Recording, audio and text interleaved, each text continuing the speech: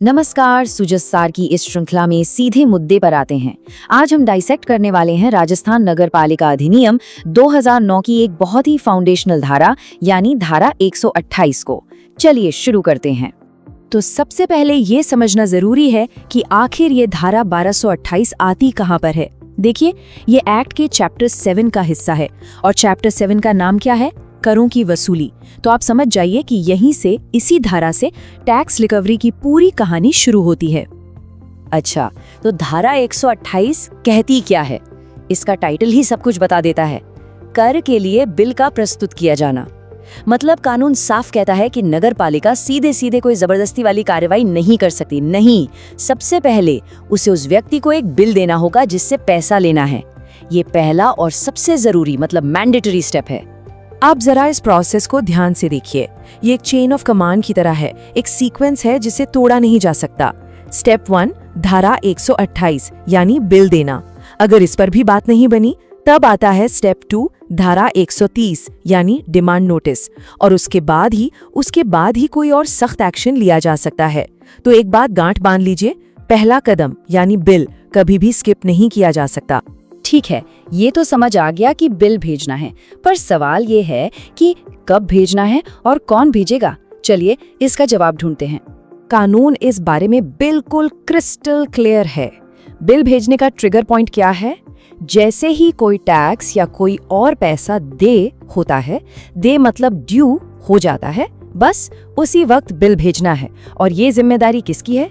ये जिम्मेदारी है मुख्य नगर पालिका अधिकारी यानी सीएमओ की, या फिर किसी ऐसे ऑफिसर की जिसे सीएमओ ने ये काम सौंपा हो। चलिए अब बात करते हैं बिल के अंदर की। ऐसा नहीं है कि किसी भी कागज पर कुछ भी लिखकर भेज दिया और वो बिल बन गया। नहीं, कानूनन एक वैलिड बिल में क्या क्या होना चाहिए ये तय है। आइए देखते हैं। और ये नियम क्यों बनाए गए हैं? ताकि करदाता यानी टैक्स पेयर को किसी भी तरह का कोई कंफ्यूजन ना रहे। ये बिल सिर्फ एक रिमाइंडर नहीं है दोस्तों, ये एक लीगल डॉक्यूमेंट है और इसमें सारी जानकारी साफ साफ होनी चाहिए ताकि पूरी प्रोसेस ट्रांसपेरेंट और फेयर रहे। तो एक लीगल बिल के ये 4 पिलर्स हैं, 4 मजबूत स्तंभ। पहला क, दावे का ब्यौरा, मतलब पैसा किस बात का मांग रहे हो? हाउस टैक्स है, सफाई का चार्ज है, क्या है? दूसरा ख, किस पीरियड के लिए है, मतलब कौन से साल का, कौन से महीने का टैक्स है? तीसरा ग, किस प्रॉपर्टी या बिजनेस के लिए है, उस जगह का पूरा ब्यौरा देना होगा। और चौथा और सबसे जरूरी घ, आपकी लायबिलिटी कितनी है और डेडलाइन क्या है, मतलब कब तक पैसा चुकाना है और अगर नहीं चुकाया तो क्या होगा, इसकी एक छोटी सी चेतावनी भी। यहाँ एक छोटा सा ब्रेक।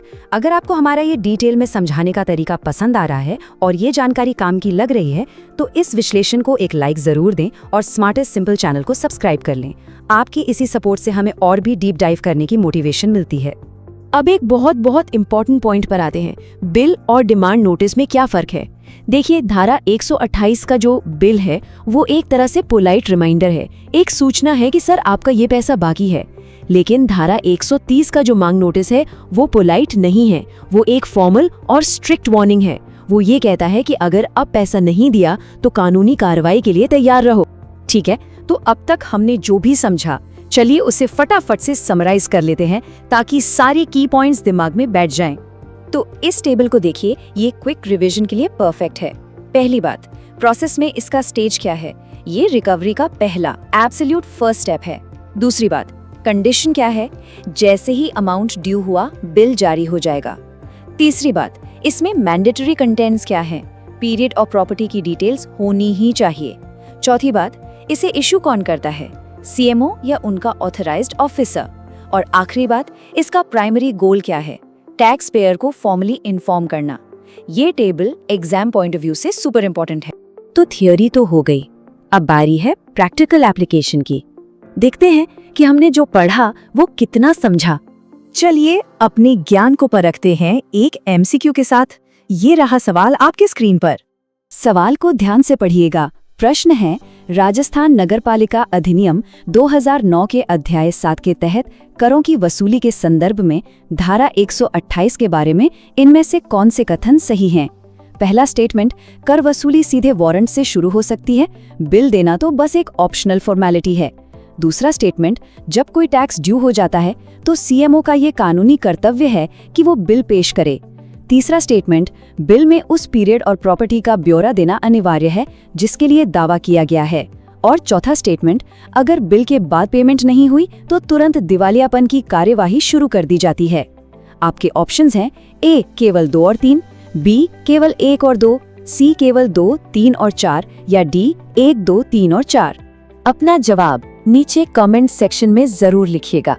चलिए देखते हैं सही जवाब क्या है और क्यों है। तो सही जवाब है ऑप्शन ए, केवल 2 और 3। अब इसका एनालिसिस करते हैं। स्टेटमेंट 1 गलत क्यों है? क्योंकि हमने अभी पढ़ा कि बिल देना मैंडेटरी है, ऑप्शनल नहीं। स्टेटमेंट 4 क्यों गलत है? क्योंकि बिल के बाद अगला कदम डिमांड नोटिस होता है, दिवालियापन की कार्यवाही नहीं, वो तो बहुत बाद की बात है। इसका मतलब स्टेटमेंट 2 और 3 ही 100% सही हैं।